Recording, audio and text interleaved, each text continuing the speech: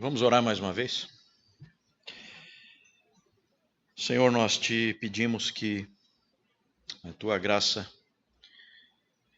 venha sobre nós mais uma vez e que nós possamos aprender com a sabedoria que vem do alto, com a tua palavra, que nós possamos aprender um pouco mais de ti e um pouco mais de nós, para que possamos, Senhor, buscar os melhores caminhos, para que possamos crescer na tua graça, para que possamos ser os discípulos de Cristo que tu nos chamaste para sermos. Que tu nos abençoes agora, abre nossas mentes, nosso coração, conforme a nossa vontade, Senhor, aos teus preceitos, aos teus mandamentos, ao teu propósito para cada um de nós. É isso que nós te pedimos, agradecidos, em nome do nosso Senhor e Salvador Jesus Cristo. Amém. Irmãos, vamos abrir no livro de Gálatas, no capítulo 5. Gálatas 5, somente um versículo. O último versículo desse capítulo, verso 26. Gálatas 5, 26. Gálatas 5, 26.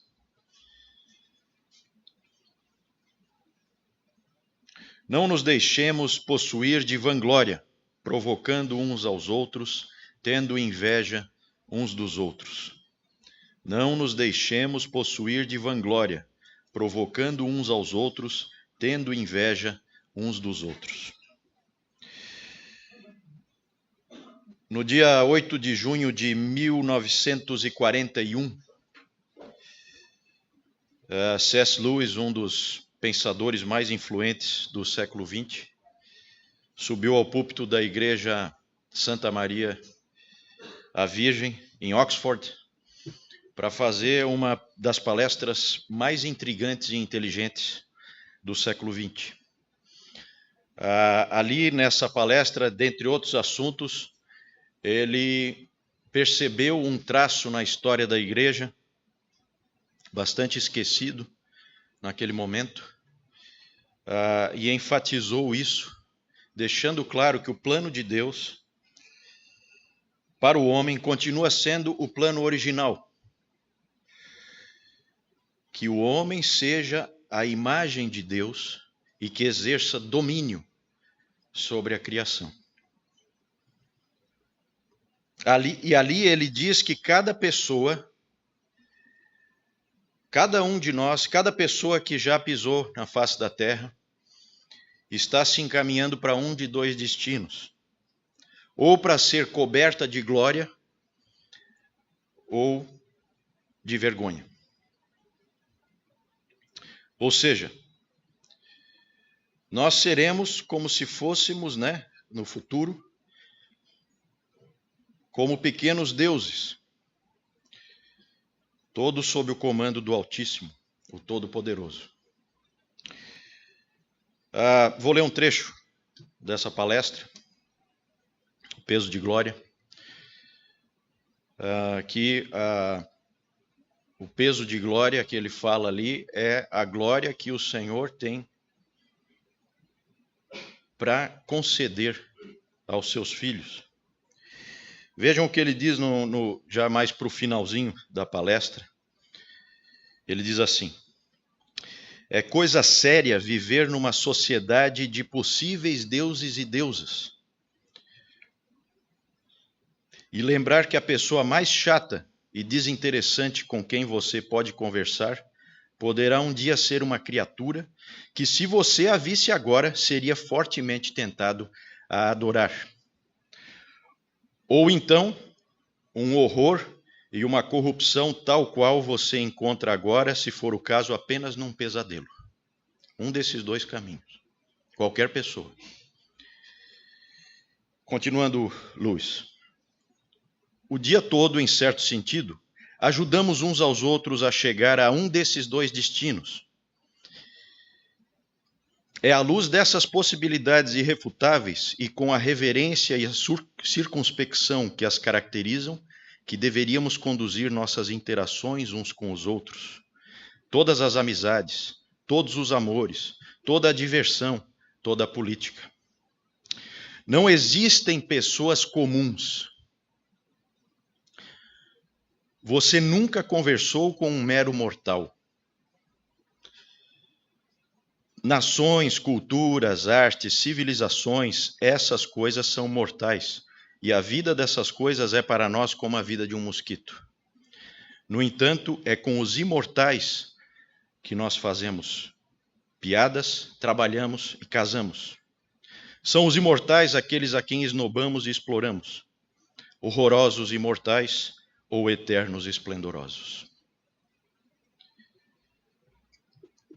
Essa visão, ela é importante para que nós olhemos para nós mesmos em perspectiva. Nós somos como pequenos anjos ou pequenos demônios. Criaturas de Deus que têm o privilégio de serem racionais e possuírem poder concedido por Ele. Deus criou os anjos, muitos deles se rebelaram, se tornaram demônios. E Ele criou o homem e esse também se rebelou. Mas porque Deus não nos abandonou e Ele manteve a sua graça presente, inclusive a graça comum, por isso é que nós somos essa mistura de virtudes e vícios, como dizia Aristóteles. Nós podemos fazer o bem, salvar e proteger. Temos poder para isso. Ainda mais quando agimos coletivamente. E nós podemos fazer o mal, roubar, matar e destruir. Com as mesmas mãos, com o mesmo poder. Nós vivemos essa ambiguidade aqui nesse mundo, mas ela vai ser resolvida. E nosso destino final é ser consumado como se fôssemos anjos ou como se fôssemos demônios. Como um ser cheio de glória ou como um monstro irracional e louco. E aí nós, nessa série, a gente tem visto, que nós sabemos que é ensino bíblico, que de nós procede o mal e de Deus o bem. O Senhor Jesus nos ensinou que é de dentro do coração dos homens que procedem os maus desígnios e todos esses pecados capitais que a gente tem estudado juntos aqui, nessa série. E hoje nós vamos falar da inveja. Antes nós falamos do orgulho. E nós não podemos deixar de perceber que a inveja e o orgulho andam lado a lado. Inclusive aqui no nosso texto, perceberam? O orgulho provoca, a inveja reage. Certo? Não nos deixemos possuir de vanglória. Preste atenção nessa palavra possuir, ser possuído. A Bíblia usa muito essa expressão. Possuir de vanglória. Provocando uns aos outros, tendo inveja uns dos outros. A dinâmica do mal. O orgulho provoca, a inveja reage. O orgulhoso quer ser o centro das atenções, roubando o espaço do outro que também queria ser o centro das atenções. E aí vem a inveja. A inveja se nutre de um orgulho ferido. E nós vamos falar aqui, hoje, de como a inveja é um ser grotesco, dos monstros que sempre a acompanham, como ela é uma exterminadora de alegria, e nós vamos ver o antídoto de Deus para esse veneno que tem correndo nas nossas veias. Então, em primeiro lugar, vamos ver como a inveja é um ser grotesco. Pessoal, as artes, elas são importantes, Eu tenho comentado lá em casa com a minha família, como as artes são importantes, como a gente seria empobrecido se não existissem as artes. A humanidade sempre precisou da expressão artística. E as artes, elas são importantes para nos dar perspectiva quanto ao mundo, para que nós ganhemos compreensão. E na literatura, na pintura, na gravura, os 7 pecados capitais costumam ser simbolizados, expressados, sempre com na forma de monstros horrorosos. Mas talvez os monstros mais horrorosos que os artistas concebem sejam aqueles que eles criam para representar a inveja.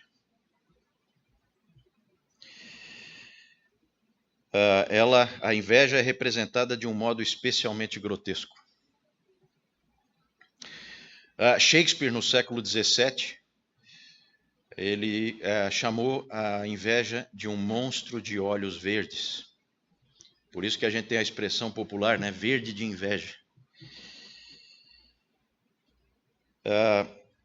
De fato, todos esses pecados são como que monstros que vivem dentro de nós, querendo aflorar mais, querendo ganhar espaço, querendo nos deformar para que assumamos a forma deles. Lembrem do que o C.S. Lewis disse. Há uma luta acontecendo, há um veredito final que vai acontecer para ver se cada um de nós será um ser revestido de glória ou um ser horroroso revestido de vergonha. Nós vamos sendo, quando damos espaço a esses monstros internos, nós vamos sendo progressivamente deformados, até que nós nos tornamos um horror que só existe nos mais terríveis pesadelos, como ele falou. Observando a história da humanidade, e especialmente hoje as páginas policiais, nós percebemos que alguns dos nossos irmãos em Adão, né, seres humanos como nós, alguns já chegaram lá, já se desumanizaram a ponto de se tornarem bestas incontroláveis, monstros irracionais. E isso não deixa de ser um aviso de Deus para cada um de nós. Vamos tentar, então, entender melhor a inveja. A inveja está nas piores listas da Bíblia.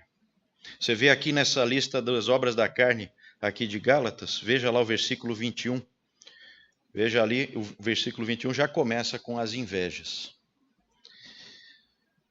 Também está na lista lá de Romanos 1, né, a lista de como são as pessoas que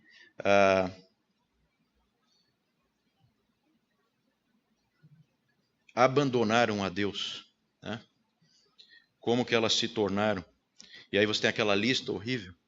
E ali, um dos itens diz que esses indivíduos, todos nós em Adão, eles são, é a expressão que tem lá em Romanos 1, no versículo 29, eles são possuídos de inveja. Possuídos de inveja. Uma expressão forte. E Jesus fala lá naquela lista de Marcos 7, daqueles males que vêm do coração, aqueles maus desígnios, ele cita também ali a inveja. O dicionário define a inveja como um sentimento de ódio, desgosto ou pesar que é provocado pelo bem-estar ou pela prosperidade ou felicidade de outrem. Sentimento de ódio, desgosto ou pesar que é provocado pelo bem-estar ou pela prosperidade ou felicidade de outrem. Ou seja, a boa sorte, a boa aparência, os bens, as alegrias, as capacidades, as características, as conquistas, os relacionamentos do outro são um sofrimento contínuo para o invejoso.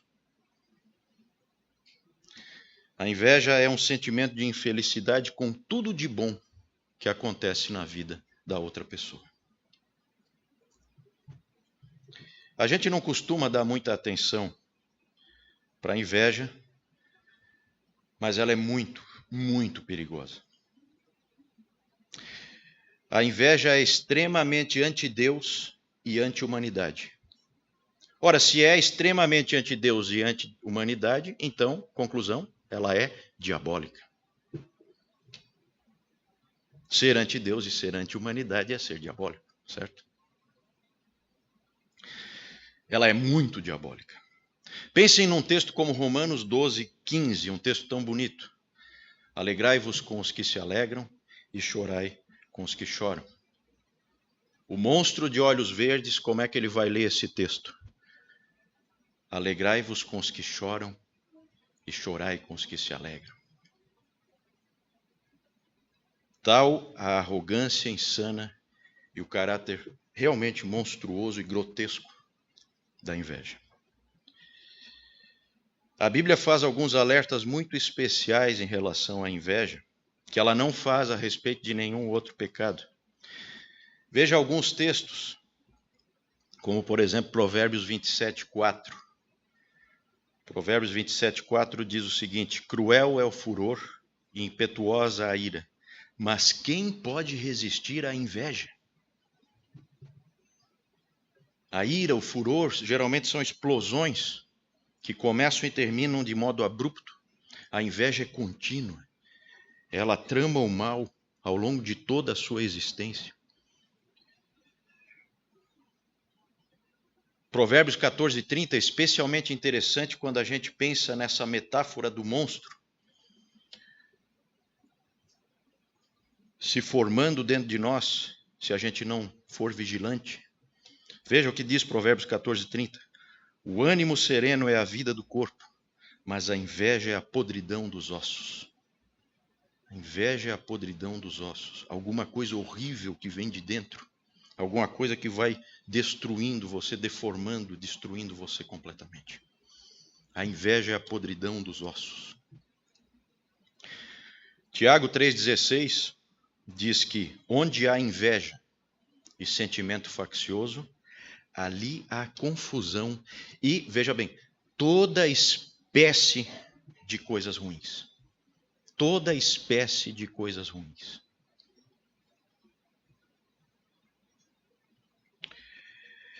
Na Bíblia nós temos muitos exemplos de inveja. Já começa lá com Caim e Abel, certo? Vocês já pararam para pensar que o primeiro pecado que é cometido depois da queda foi cometido por causa de inveja?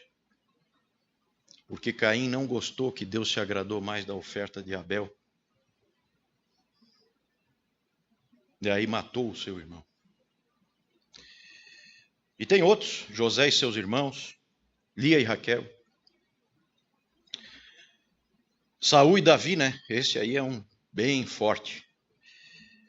Até tem estudos bem interessantes que comparam Saul com Jonatas, né?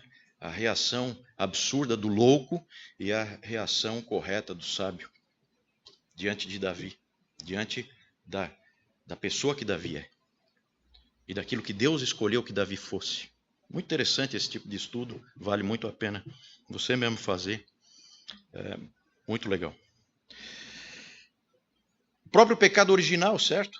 Não temos como deixar de dizer que o que motivou Eva e Adão, primeiro Eva, depois Adão, a cair, a comer do fruto da árvore do conhecimento do bem e do mal, foi porque eles estavam possuídos de inveja em relação a Deus. O grande comentarista batista reformado do século XVIII, John Gill, cita um verso do livro apócrifo de Sabedoria, que apesar de não ser inspirado, é um livro importante da literatura judaica e cristã e tem o seu valor, né? Em Sabedoria 2:24, diz o seguinte: é por inveja do demônio que a morte entrou no mundo, e os que pertencem ao demônio aprovarão. Então veja que até a queda que nós não temos registrada, que é a queda do demônio, também foi provocada por inveja, né? Como a gente pode imaginar, certo? Muitas vezes aí nós temos que fazer algumas distinções agora, né? Muitas vezes a gente confunde, a gente mistura um pouco ciúme com inveja. Mas não é a mesma coisa, porque ciúme é algo direcionado a alguma coisa que eu tenho. Inveja é direcionada por alguma coisa do outro. Entenderam? Então, por isso que ciúme nem sempre é pecado, mas inveja sempre é. Outra coisa que talvez tenha vindo à mente de vocês, mas como é que fica a cobiça? Porque se eu estou focando na coisa do outro, isso não é cobiça? Sim, por isso que a inveja onde há inveja, há toda espécie de coisas ruins, certo? Então, a cobiça já é um que vem junto, já vem no pacote, né? A cobiça, ela é um desejo por algo que o outro tem. A inveja é o sentimento de infelicidade e inquietação porque o outro tem aquilo. Entenderam? A cobiça foca o objeto que o outro tem. A inveja foca o próprio possuidor daquilo. Ou talvez, para resumir de uma outra maneira, a cobiça é dirigida para o que ele tem, para o que o outro tem, e inveja é dirigida para o homem em si. A cobiça rouba, a inveja mata.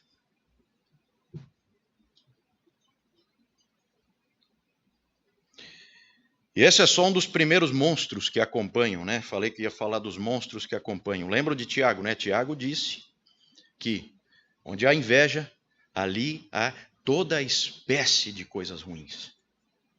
Monstros que acompanham a inveja. Lembra que nós falamos que os pecados capitais são pecados raiz, pecados que geram outros pecados? Aqui na inveja isso é bem nítido. Um autor já disse que o pecado sempre anda em bandos, como uma matilha de lobos.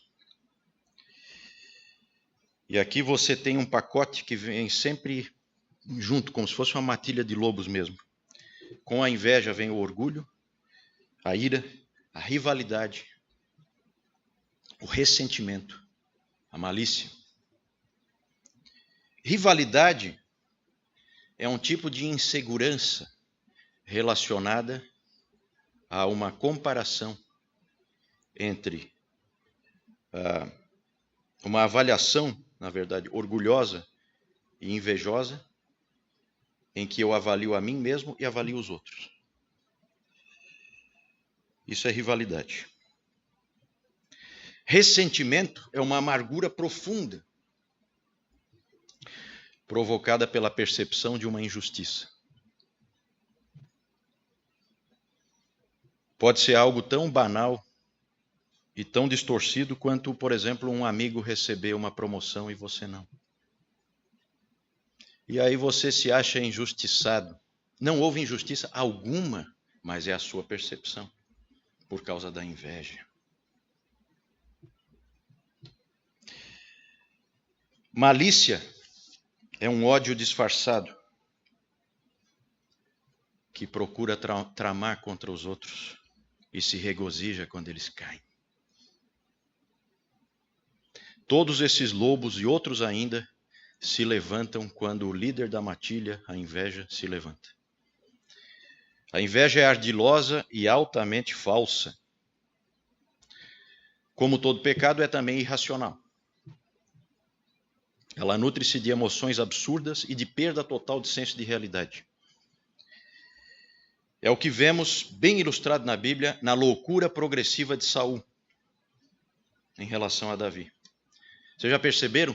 Um misto de falsidade com bajulação, seguida de rompantes, de tentativas de homicídio, de ira, descontrole e uma perturbação contínua. E tudo começou, lembram, quando algumas mulheres cantaram um certo cântico? E aí a Bíblia diz que Saul olhou para aquilo de uma maneira especial. Os olhos verdes do monstro. Portanto, quando a inveja ganha força em um coração humano, essa horrível matilha de lobos, essa toda espécie de coisas ruins, mostra a sua força insana. Inveja, ciúme, cobiça, rivalidade, comparação, ressentimento, malícia, falsidade, ódio, observação perversa dos outros, fofoca, desejos corruptos e uma comparação irracional com as outras pessoas. Esses são os monstros que acompanham a inveja. Terceiro ponto. A inveja é um exterminador de alegria. Meus irmãos, a gente não tem inveja de pessoas que não estão roubando nosso espaço, por assim dizer. Jogadores de futebol não sentem inveja do Neymar, ou do Messi, ou do Cristiano Ronaldo. Pelo contrário, eles têm admiração. Eles têm inveja do cara que joga do lado deles. Porque a inveja ela é sempre dirigida para pessoas próximas de nós. São as pessoas que estão perto, que são as ameaças ao nosso projeto Deus. Aquele desejo que nós temos de ser um tirano que controla tudo ao nosso redor. Síndrome de Deus, né? Como alguém já disse.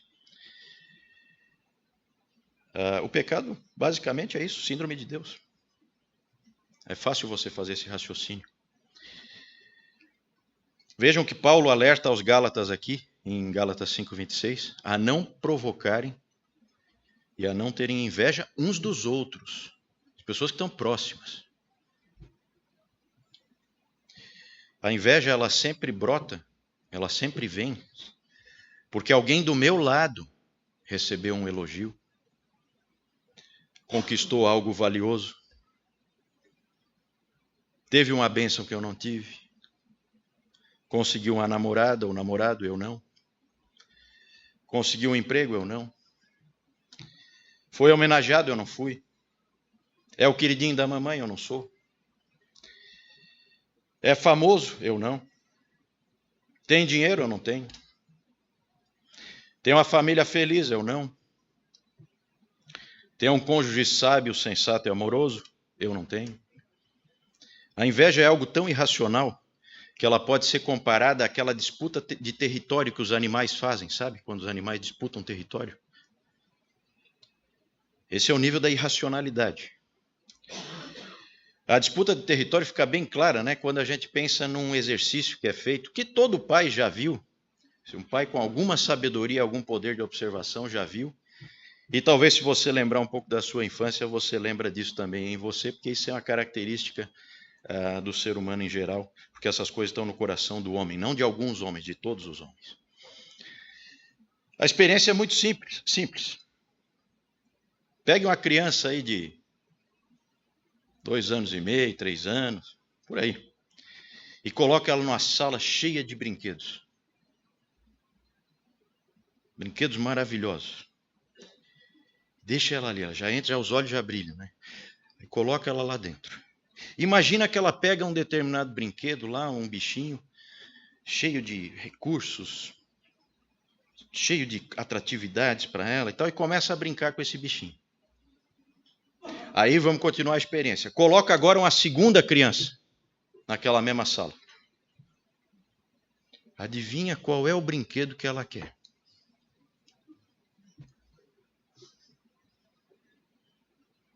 Lembre-se, a sala está cheia de brinquedos. Adivinha qual é o brinquedo que ela quer? Mas tem mais um detalhe aí. Vocês sabem como são crianças dessa idade. Elas logo se cansam de uma determinada coisa. Logo, ainda mais numa sala cheia de brinquedos, logo pegam outra, né? Mas aquela primeira criança, quando vem a segunda, e ela percebe que aquela segunda quer aquele brinquedo, vocês acham que ela vai trocar? É o melhor brinquedo que existe no universo.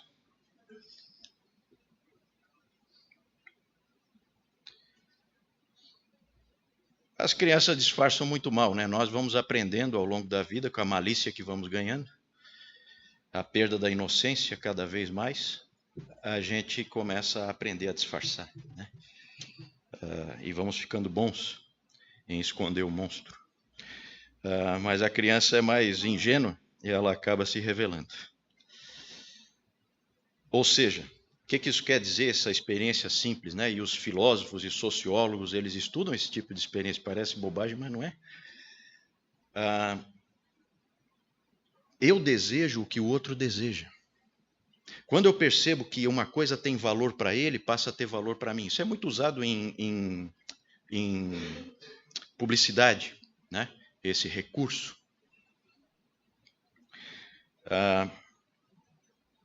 Se alguém deseja aquilo ali, é porque aquilo ali tem valor. e aí eu quero que aquilo ali seja meu. Ou seja, a dinâmica do mal, né? A vanglória quer provocar inveja nos outros e os invejosos desejam a vanglória. Exatamente o que mostra o nosso texto. E aí aqui não está falando de criancinhas de 3 anos. Vejam que o orgulho e a inveja, eles estão no centro dessa luta da carne com o espírito. Perceberam que esse é o último versículo do capítulo 5 de Gálatas, e ele vem logo depois, perceba aí o contexto, dê uma olhadinha aí na sua Bíblia, né? Então, lá no versículo 19 começam as obras da carne, depois no 22 começa o fruto do Espírito, aí no 24 Paulo diz aos Gálatas que eles deveriam já ter crucificado a carne com suas paixões e concupiscências, e no 25 ele diz que eles andem no Espírito. Parece que toda essa dinâmica correta é destruída se acontecer o que está expresso no versículo 26. Está o poder destrutivo desses dois grandes monstros aí. E aí nós temos que nos perguntar, né, a todos nós. Eu pergunto a você, né? Como você responde às alegrias, conquistas e felicidade alheias? Você se regozija e se alegra pelo outro? Ou você fofoca e se ressente pela alegria deles e reclama da sua situação e fica murmurando e de como você é injustiçado? E se você se regozija com eles, aquilo ali, quanto de verdade e sinceridade e o quanto de falsidade tem nessa alegria?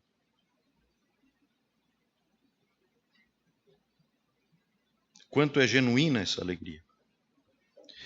Há gratidão no seu coração ou brota a rivalidade e o ressentimento? Quando alguém é bem-sucedido, quando alguém é muito usado por Deus, quando alguém é muito frutífero, você se torna um admirador ou um crítico?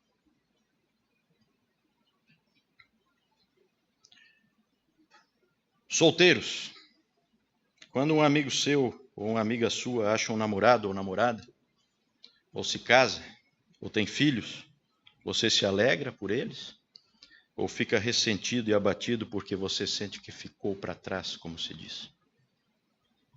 Jovens, quando um dos seus amigos é bem-sucedido, ótimo estudante, consegue um emprego, é aprovado em algum concurso, tem muitos amigos, tem férias maravilhosas, você fica feliz por ele e grato a Deus pelas bênçãos que ele tem recebido? Mães, como vocês se sentem quando o filho da outra mãe conquista alguma coisa importante?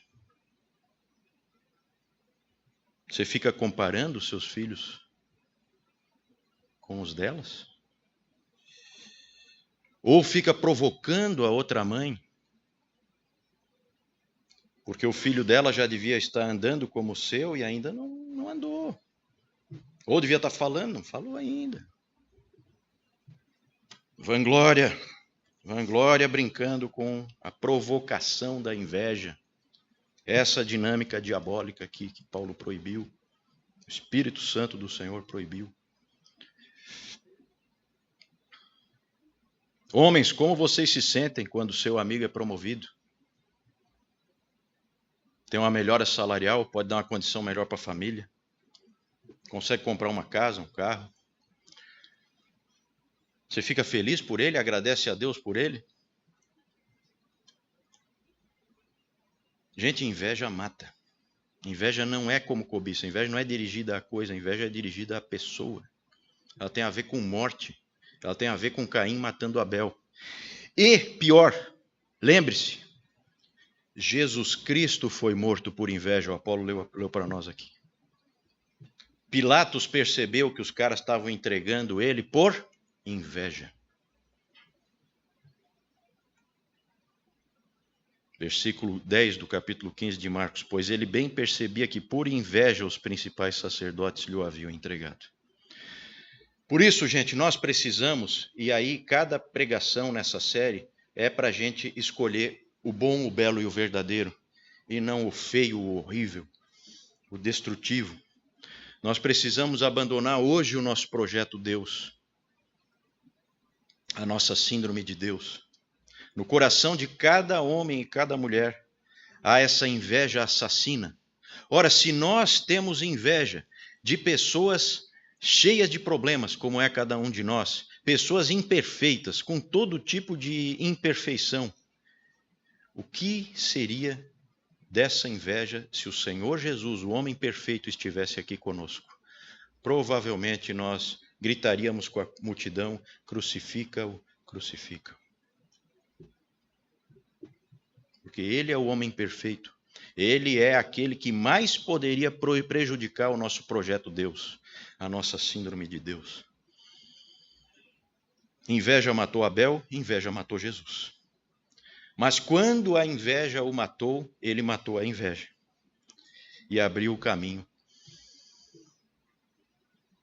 da reversão desse profundo mal para todos nós. E aí o antídoto de Deus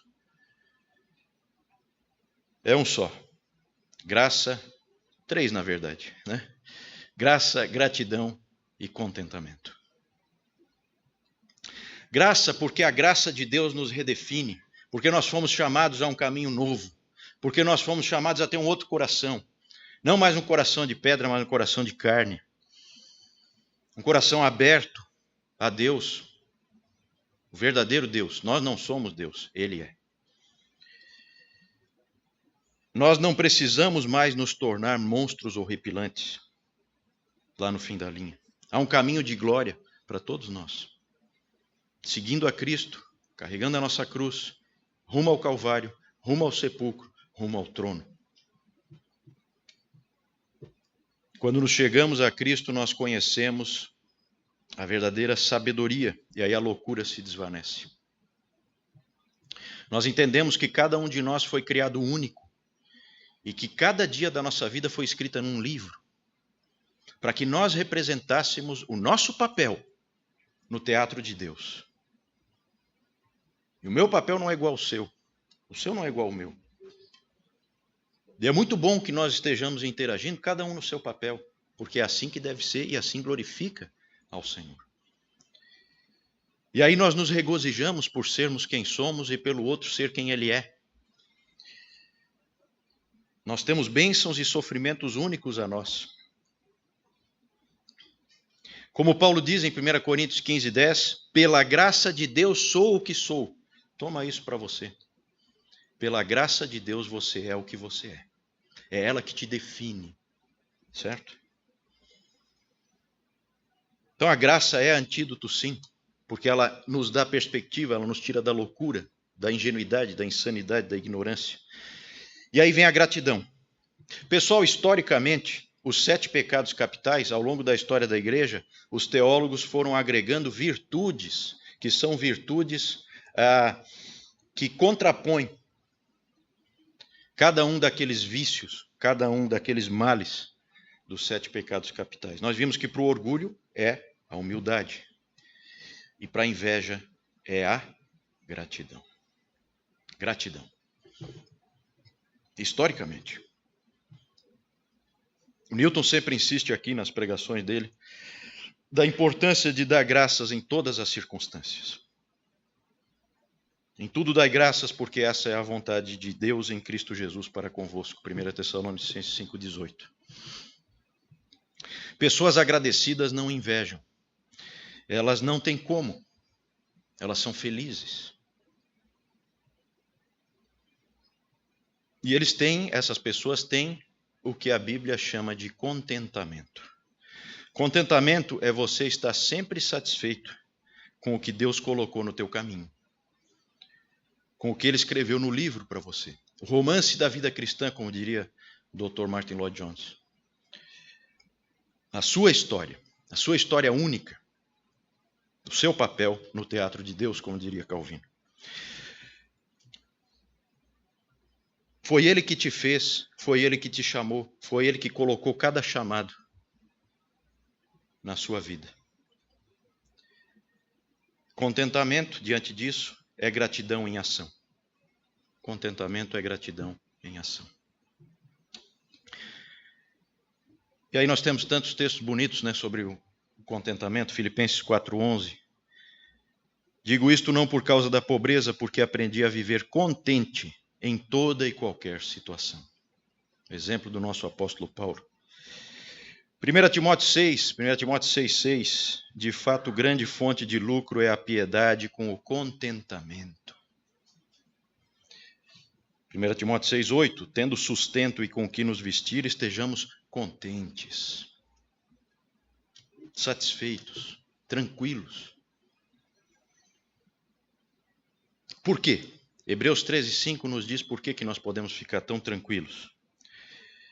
Hebreus 13:5. Seja a vossa vida sem avareza. Contentai-vos com as coisas que tendes, porque ele tem dito: de maneira alguma te deixarei, nunca, jamais te abandonarei.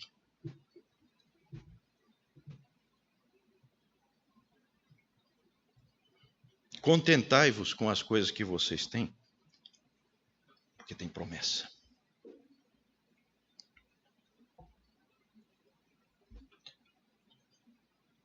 Lembra do rico e Lázaro, tá? A história não terminou bem como parecia que ia terminar. O fim de cada um não era bem o que parecia que ia acontecer, né? Aqui é só uma passagem pelo deserto. Nosso destino ainda não atingimos. E nós lemos aqui no início do culto Romanos 8:32. Aquele que não poupou o seu próprio filho, antes por todos nós o entregou, porventura não nos dará graciosamente com ele todas as coisas? Foi isso que Lázaro experimentou. Aqui nessa vida, chagas que os cães vinham lamber. Mendigo. Mas não terminou assim a história. Nós temos que ter gratidão também, gente, e contentamento pelo que o outro tem. Pelo que o outro é. Porque ele é precioso. Lembra do C.S. Lewis? Não existe pessoa comum. Ele também está cumprindo o chamado que Deus tem para ele.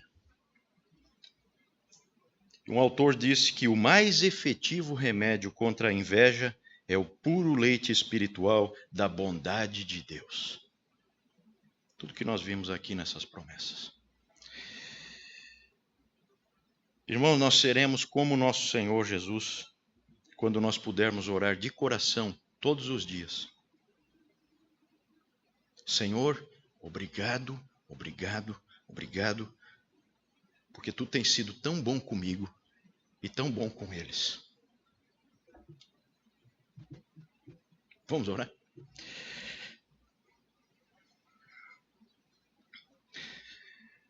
Senhor, obrigado porque tu és tão bom conosco. Nós te agradecemos e te pedimos perdão, Senhor, por não entendermos muitas vezes qual é o propósito de cada um de nós nessa nossa caminhada aqui. Tem misericórdia de nós e nos ensina, Senhor, a querermos o caminho que tu apontaste, o caminho que o nosso Senhor Jesus Cristo nos mostrou, o caminho da sabedoria, o caminho daquilo que é bom, belo e verdadeiro, e que a gente possa não dar espaço para todas essas coisas que afloram da nossa carne e que nos destroem e que nos causam tanto mal a nós e àqueles que estão próximos a nós. Tem misericórdia de nós, Senhor, enche-nos com a tua graça, dá-nos um coração muito agradecido, que a gente possa, Senhor, crescer na prática da gratidão contínua em todas as circunstâncias, diante de tudo que tu tens escrito no livro para cada um de nós, até o dia em que nos encontraremos contigo na glória. Nós te agradecemos pela tua palavra que nos relembra de tudo isso e oramos em nome do nosso Senhor e Salvador Jesus Cristo. Amém.